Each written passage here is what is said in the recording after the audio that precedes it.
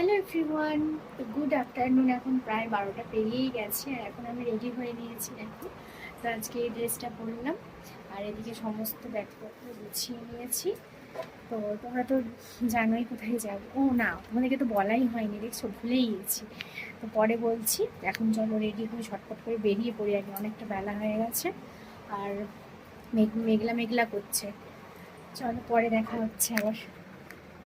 Finally আমরা ready হয়ে বেরিয়ে পড়েছি, অনেকটা রাস্তায় চলে এসেছি, অনেকটা বলতে এই আধ ঘন্টা মতন হবে।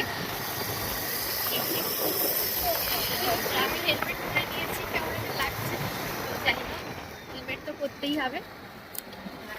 এই গাড়ি চালাচ্ছে, কি সুন্দর রাস্তাটা, আরো সুন্দর সুন্দর অনেক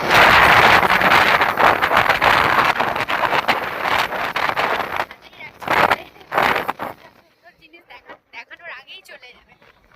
চারিদিকে মাঠটা পুরো সবুজ।